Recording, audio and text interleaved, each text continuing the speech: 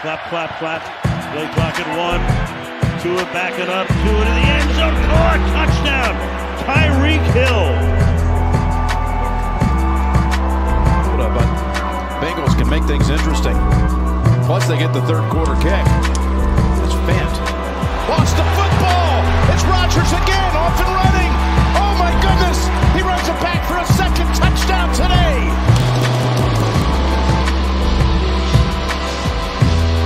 Set up our offense at midfield and try to get ourselves a touchdown. C.J. Stroud, wide open, Collins, and it's a Sunday stroll in the park. A 50-yard strike. New ball game.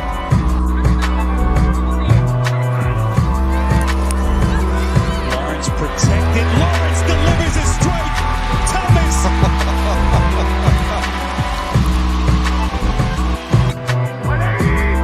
Second down and 4 to Taylor. Taylor explodes. Makes a man miss to his right. Spin move, a beauty. Inside the 30. High step into the 25. Inside the 10. Into the end zone. Touchdown, Jonathan Taylor. 46 yards. Offensively, all three phases, this is one of those whitewash type games. Going deep. Turner. Tucker. That's Trey Tucker. In for the touchdown.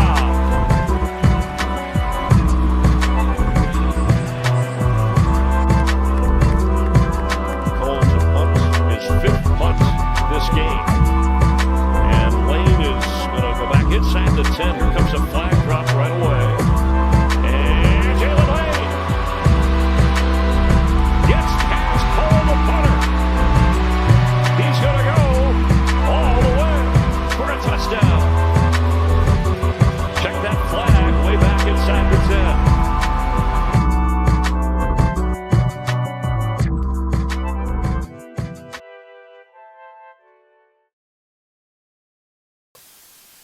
All right. Welcome, everybody, to another episode of Blacktop Football. I'd like to thank y'all for joining us again.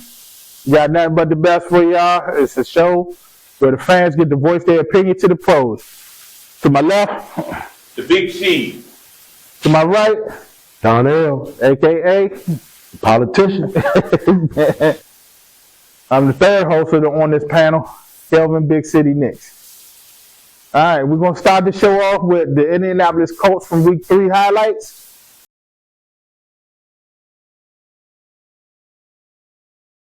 Hey, pleasure to meet you. You too, Calvin. Thank you for showing up for the interview for Blacktop Football. Your name? Jim Ford, Jim Ford. For the people, what's your team? Indianapolis Colts. Welcome, Colts Nation. Thanks for joining us. First game when it was 33-8 when we played Miami.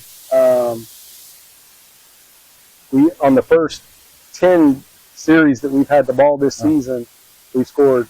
No other team's done that in the first 10 series. Yeah, that's true. We drove down the field, get within touchdown range, may not get a touchdown, but we put points on the board, and that's what counts. All right.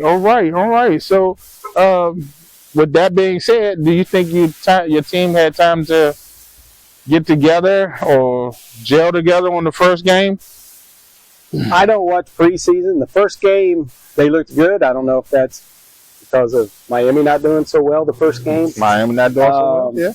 Compared to previous years and several of previous years, we haven't had really, our defense really hadn't shown up. And even though we've been in the lead a lot of games, they didn't stick to it and we get beat. Okay. This year our defense looks pretty good so far. But we'll see because this coming Sunday we have an AFC South rival with Tennessee Titans. All right. Now, speaking of that, what's your prediction? I think we're going to win. I'd say 28-21. 28-21? Oh, that's strong. That's strong. A whole touchdown. I mean, we're marching down the field all the time. All right. We'll see what happens. So, with your standing record at 2-0, what's your predictions for the rest of the season? I'll be glad if we just make the playoffs. Playoffs? Yeah. First or second round? Second, of course. First round, yeah. All right. I'd just like to thank you. And, hey, I'm going to tell you right now, you are the best dressed fan that I've seen so far. Got my name on them, too. So it's a pleasure. Yeah. What y'all going? They had a quarterback, Richard. I think he lost his job, Daniel Jones, because of the fact his teammates pretty much didn't trust him because during a game from last year, he stopped being competitive and stopped playing because he said he was too tired. Yeah, that'll do it. Coach, on any level, when you come to, you play a game, and you come to tell the coach you're too tired, that lets me know two things. Your conditioning was poor, and you giving up on your team. Giving up on your team, yep. So Daniel Jones looked like an all-star quarterback last week. He did pretty good. I like what he was doing.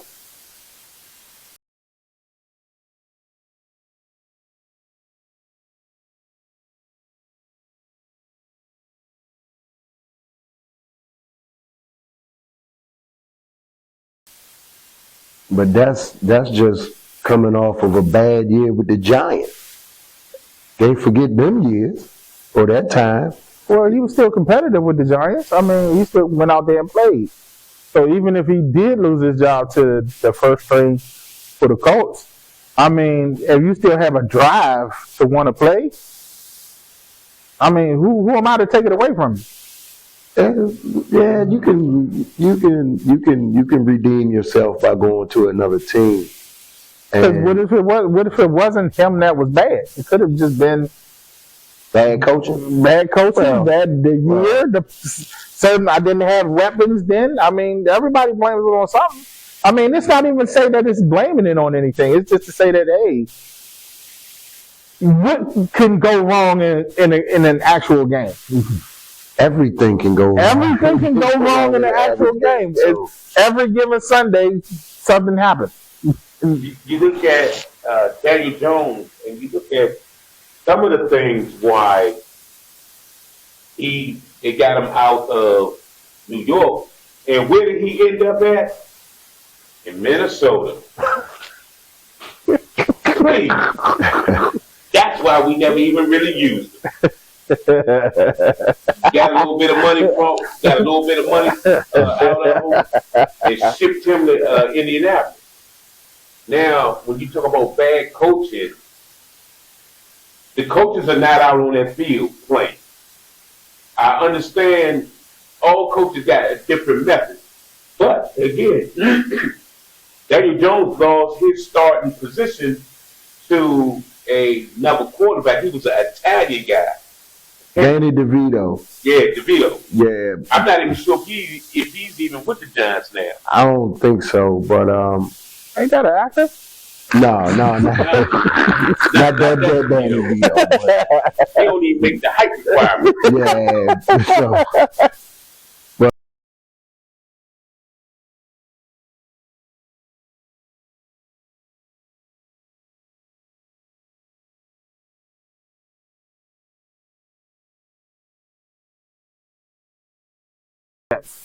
Let's go. Oh, the Jets? Well, the Jets is okay. I'm not downing them for how they're playing right now. They got a new regime, a new head coach, coaching staff. I think his name was Aaron Glenn. Yeah. From Detroit. Yeah, and that's going to take some getting used to. So, I mean, the bumps in the road is happening early. We'll see what happens with the Jets come week 8. You know what I'm saying? Push it all the way to there? Yeah, because you got to give a first-time head coach the time to see if he got the personnel that can get it done. Fair enough. They got receivers. They got a running back. But it's Justin Fields, the quarterback, to lead them where they need to be. He's coming into a new situation with old habits. And injuries are old habits. The habits he was coming across in Chicago are the same habits I've seen him within the Jets. He gets happy feet. He don't want to get hit. But see, that's once again, that's protection. That's keeping me comfortable enough To throw the ball. That's putting me in the position. Furthermore, who wants to get hit? Yeah. Don't nobody want to get hit, but hitting is a part of the game. Getting hit is a part of the game, but what about punishment? Throughout the game. Nobody wants to take They got certain rules to protect quarterbacks from punishment. And if I don't use the protection to get it, then I'm going to keep getting hit. And I'm going to keep getting hit. That's where the punishment comes in. So everybody, other teams see that. They're game planning for that. So who do the Jets play this week? The Dolphins. If I'm not. Or the New England. So New England. Yeah. So if the Jets play New England, that's a divisional game. That's a divisional game. You know that opponent. Mm-hmm. As an organization. So what you're going to do, Ben Johnson, is if Fields play, because I think he got hurt the last game. Justin Fields. Yeah, he got hurt. So if my backup Tyrod Taylor is coming in to take over, you're going to have to protect him as well. Right. He's more experienced than Justin Fields because he's been in the league for well over 10 years or so. Mm-hmm. So he knows what to do. So if you still don't protect him, right, the same fate can happen. Yeah. So you give Ben Johnson a little credit for trying to get something going in his first year. I think it's Aaron Glenn. Aaron Glenn? Okay, yeah. I'm sorry if I got his name mixed up, but yeah, I see the Jets winning this game. They got the tools to win the game, but like with a lot of other teams, they missing that one piece that can actually get them to where they need to be. Yeah, that one piece is a quarterback. Yeah. They just signed their top young receiver to the contract that he wanted, to the $30 million. So yeah, they have their pieces. They missing the quarterback. So Tyrod got to be that bridge until they can either find one or Justin Fields get back because you traded for him. Yeah. You got him. Mm-hmm. I always wonder what happened to Tyrod Taylor because in my eyes, I never liked him as a backup. I always liked him, especially when he was in Baltimore. When he was in Baltimore, I want to say before Lamar, yeah, it was before Lamar. Man, that cat. Once again, a bridge quarterback that's been in the league for 10 years that can play the game, but just never had the opportunity. Yeah. When these organizations draft these quarterbacks, they don't know what they're getting. They only get a sample size in what society say they were in college. Kansas City and the Giants. Okay. I want to see that game, but Kansas City is not the same Kansas City that they was 2-3 years ago. For the last 4 years, yeah. When they were dominant. They were the juggernaut to beat. I don't think, not now, but like the politicians said, got to ease on into the course of the year. Do the course of the year and see where they progress to. And your health plays a big part. Well, let me ask you this: who is Kansas City missing to where? And this is only the only thing that I can blame it on. Who is Kansas City missing now that they don't really have? Because Hill is at Miami. Well, I mean, Patrick. They still got Kareem Hunt. Yeah, they got Hunt. They got Isaiah Pacheco. They have Juju Smith-Schuster. The tight end that they have. For the Smith-Schuster. Yeah. Okay. And they're missing. They getting another player back, Rashid Rice. He coming back. I think. And it was another player that hurt his shoulder in last week games when Kelsey ran into him. Yeah.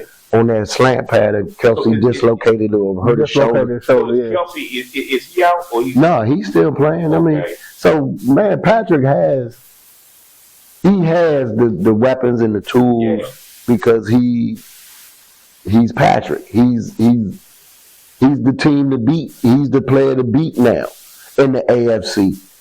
All the quarterbacks are looking to try to knock him off the throne. Absolutely. Philly just happened to do it last year. Mm-hmm. So is he trying to get back up there?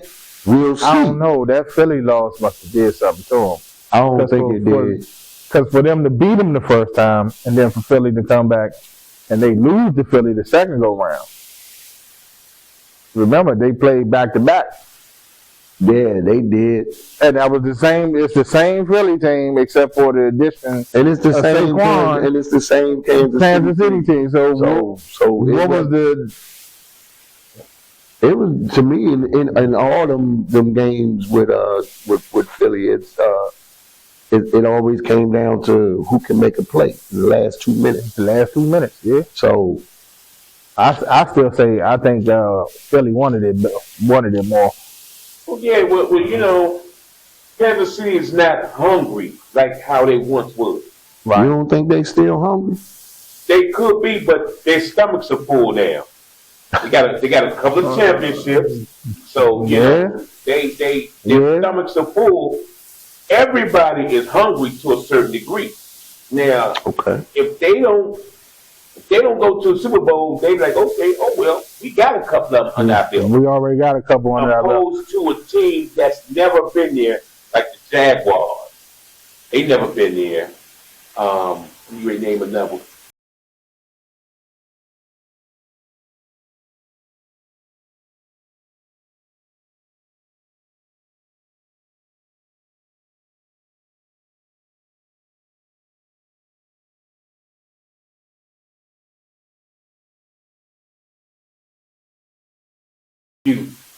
If they had the team like how Kansas City had, I would say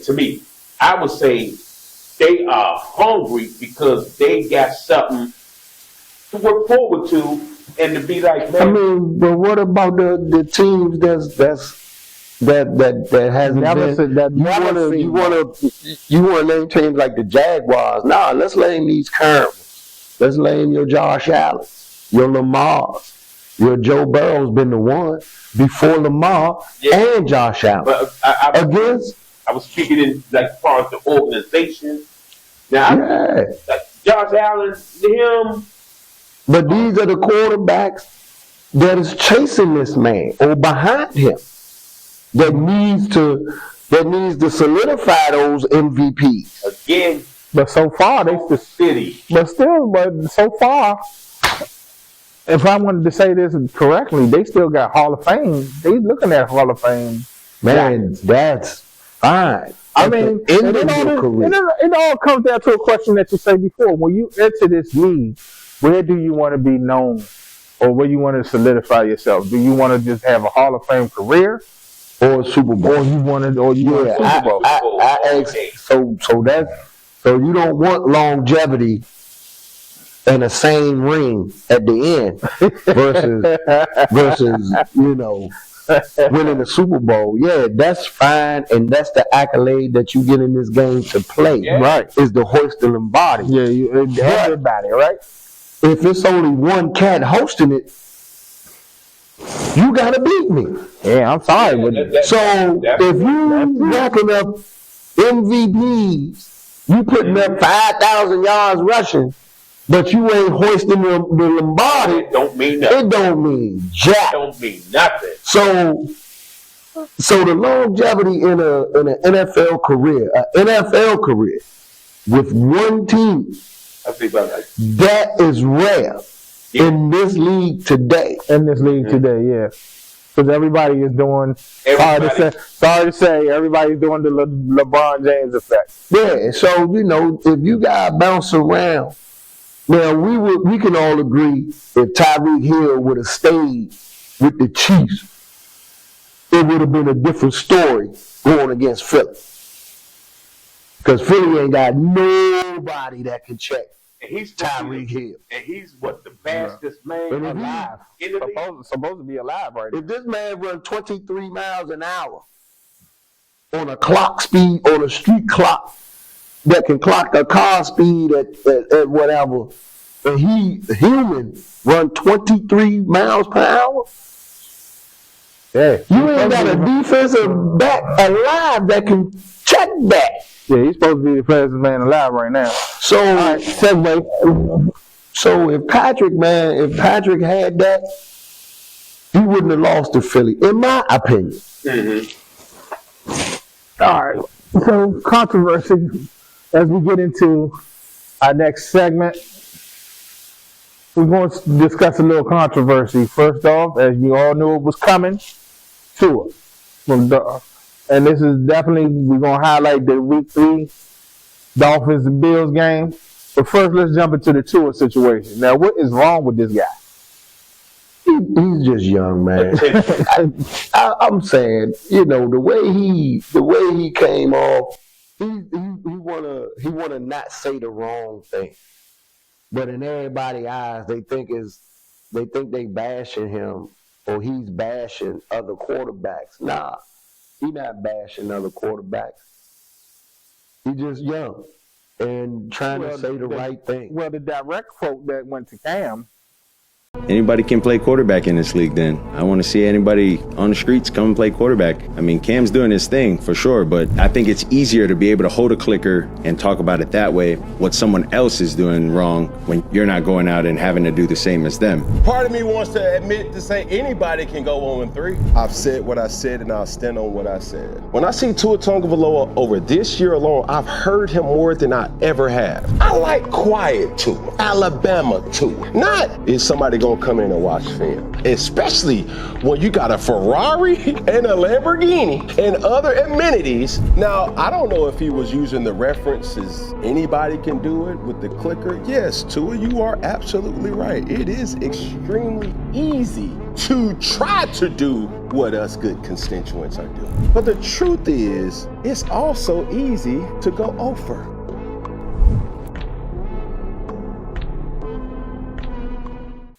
Says a lot, and he says for a person, if I'm not mistaken, how it went was for a person that holds a clicker versus a person that's playing the game. Sometimes you do put your foot in your mouth. Yeah, because Cam, and let's be frank, Cam has put in I guess a decade, if I'm not mistaken, maybe even more. I would say 12. And he played for two teams, and both of the teams that. Yeah, he played for the Patriots. He played for the Patriots. Now the Patriots didn't do all that great when he played there, but the learning process from Bill is what he got from it. So yeah, I've heard him say that. So yeah. So, but even still, Cam has played the game, has numbers to back up whatever he says that you're doing wrong. Not only that, he's a Super Bowl appearing quarterback. So if he's saying something about you and you are, he's been in about 4 years. He's been in there for justify what it is that he's saying wrong. What can you justify that he's saying wrong that he hasn't already done? Yeah, check this out. I think Cam Newton was making a statement when he said in the quarterback dimension or realm, you have game managers and game changers. Game changer, game manager take that you had. I'm standing on that 10 toes down with my heels planted on this God green earth. There's only 4 that's in the game of football right now. Josh Allen, Patrick Mahomes, Joe Burrow, Lamar Jackson. That is it. NFC, there's well capable players, but like I just said, it's a large body of work. Only person that I just named that did not have an MVP yet, Joe Burrow. And he had an MVP season. Hello. His team just didn't. Hello. He didn't have a defense. He had a team. He didn't have a defense. Okay. I totally agree with that statement. And I guess whichever, I want to say a game manager is a little under a game changer. So maybe Tua took it out of context to where, and see, this is Cam Newton's, this is his thing. Yeah, his podcast, You know, right. that's not with everybody, but we say you got game changer, game managers. And the game managers, the guys that they try to manage not to lose the game. Right. Game changers, they do whatever they got to do To win the game. win the game, and actually reinvent it. Because me personally, Yeah. it wasn't until when you had Andrew Luck, RG3, and it was Russell Wilson. Those three defensive coordinators had to change their way of playing against these guys because they were so good at the Wildcat? read option. Read option? They were so good at it. So the NFL wasn't prepared for those type of quarterbacks. To me, those are like game changers because they changed the game of football. Whereas, dang, I'm a defensive coordinator.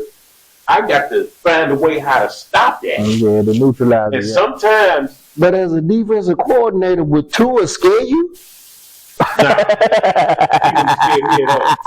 So I mean, yeah, you can put him in just like any quarterback. You can put him in the best way to get yourself in a game situation where you can make that play, or you can put that guy up to fail because you put him in that way to make the play. So this is just discussing this ugly point as far as Tua. What do you think that the coach has set him up for? Is he setting him up for a situation to be, or is the organization as a whole setting him up to prosper, or are they setting him up to fail? Tua is setting himself up. Yeah. It's not the coaches. It's not the organization. It's Tua. Physically, they get 6 days. They get 6 days to practice like every other team. Physically and mentally, Tua hasn't been available for the Dolphins because every year he done had a concussion, and that takes its toll. Whether you're young or old, it doesn't matter. Head trauma is head trauma. Okay. And that'll break your will as a man. That will. But do he want to play? Sure, Tua want to play football. If it's Dutch. True. Flag football is available. But I'm just saying, man, Tua just said the wrong thing at the wrong time. Yeah, credit. So the reporter that asked the question, you should test him. Because if Tua never seen Cam play or listen to anything that Cam says, Cam, he knows. Ain't nobody knocking that. Ain't nobody knocking Cam's accolade. But yeah, he threw some picks in there that messed up the whole thing. So I mean that's taking away from that's evident to every quarterback. So with that touchdown that Joe Montana threw against the Dallas Cowboys in the back of the end zone, was he throwing it away, or was the white clock, was in the right place at the right time? Right place, right. Those moments. Possibly. Montana looking, throwing in the end zone. Caught it. Dwight Is what make a quarterback. And Eli in the Hail Mary throw. Was it the throw or was it the catch? The catch to the helmet and not touching the ground says a lot for me because he escaped the pocket. Was that when he threw to Plaxico Burress? No, that was to Tyrese. The catch to win the Super Bowl and to put them in field goal range. Oh, okay. So what made Eli? It wasn't the throw. They don't even talk about how he escaped out of the pocket. Dude had the back of his jersey and he was launching the ball. All they talk about is the catch. All they talk about is the catch, yeah. 3rd down and 5.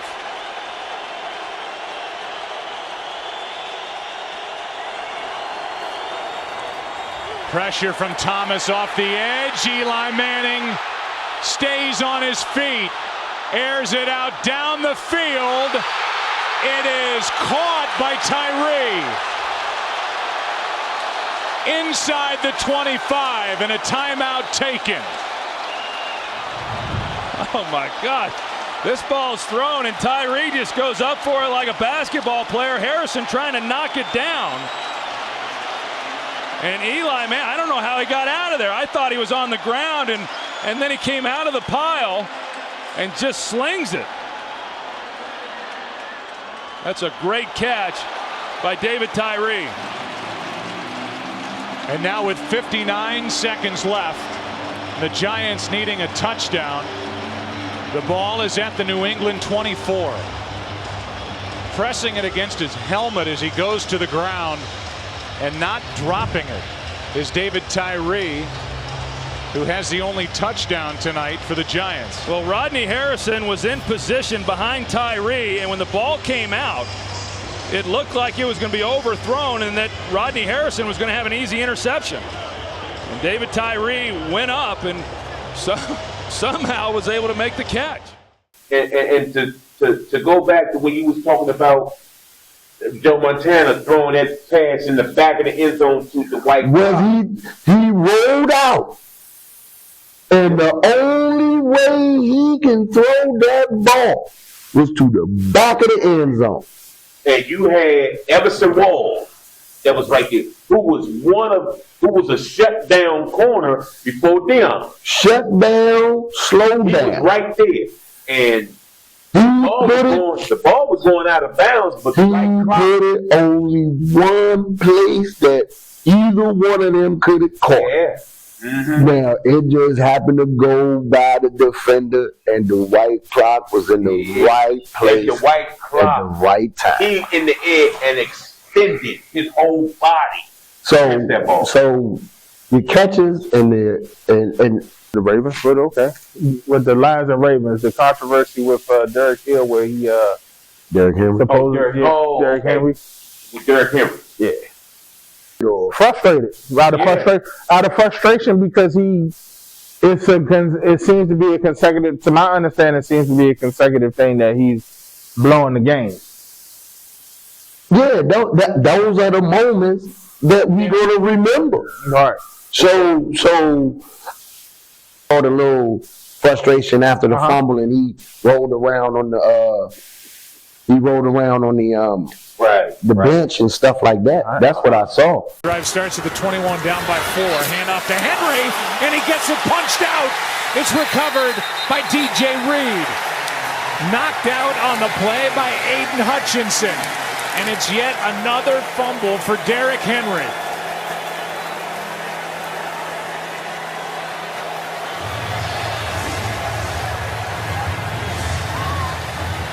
Hutchinson knocked it out.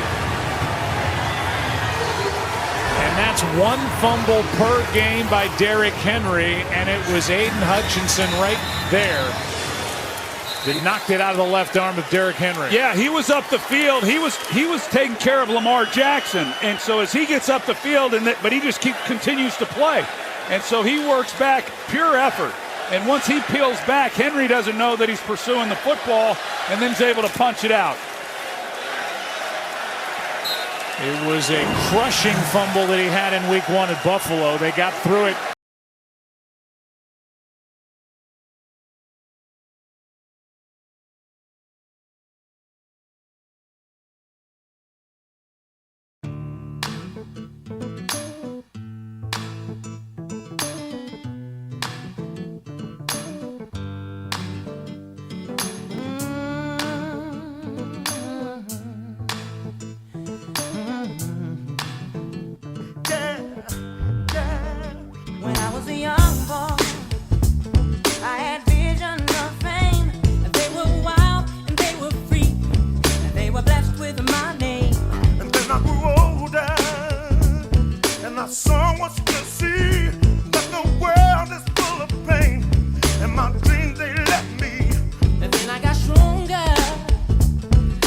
inside of the pain.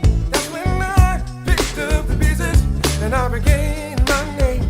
And I fought hard, y'all, to carve out my place. And right now you look at me and it don't seem in place. Your dreams ain't easy. Just stick by your place. Go from war to man. You gotta act like a man. When I get charged up, God was to know. And my background certain. You will know.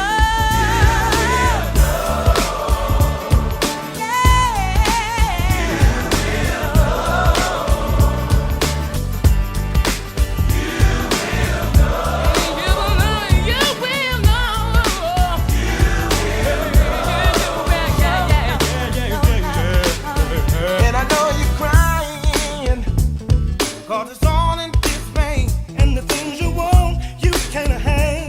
They're just going away. But life ain't over.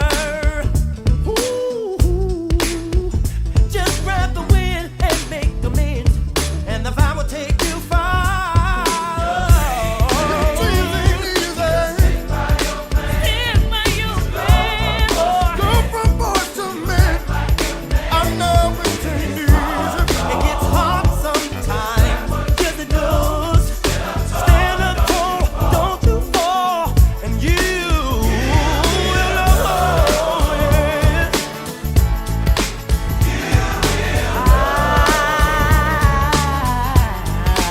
You will know. Hey, there's no doubt about it. Hey, you will know. You will know.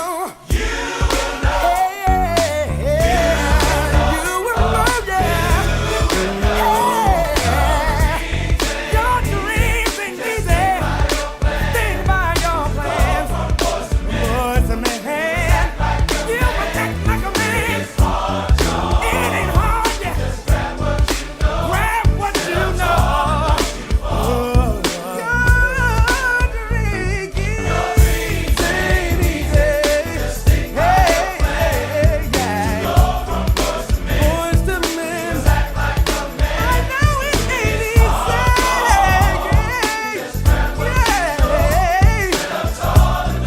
Come on, D, and sing the song, man.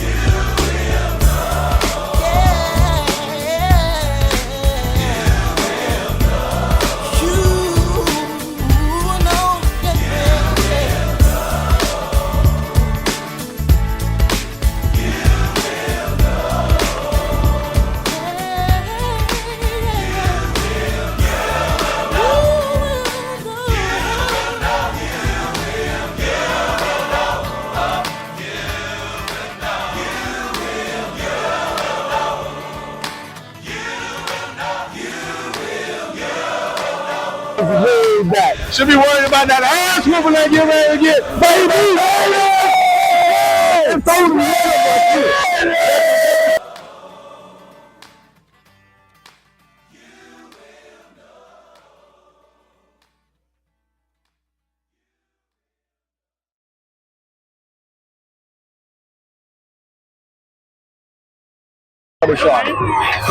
Do it again. What's your name? Sean Lewis. Yeah. My name's Matt Cook. I'm in Vienna, Virginia. I'm in Ashburn, Virginia. That was a tough team. That was a short week. I think we got to isolate that. We got a big season ahead of us. So I think we got to just look at what happens today.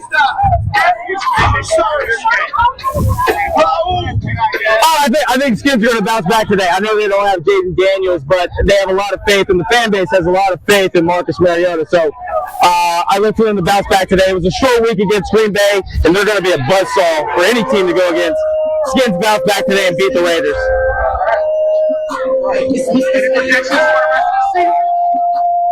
Any criticisms you want to get to? The only thing I'm going to say is we've got to have an adjustment in the way. Last year we had the easiest season in the entire NFL with a whole new organization, new locker room. We've got the toughest schedule this year, and we're still building. So I think we've got to adjust our trajectory. I think we're still moving in the right direction. I think we're going to see what happens today. I think last week, I think it was isolated, like I said, but I think we've got to adjust for our season last year and all the hype around us. I don't think anyone planned for the Redskins last year, but they absolutely are this year. So I think there's a weighted average we've got to adjust for.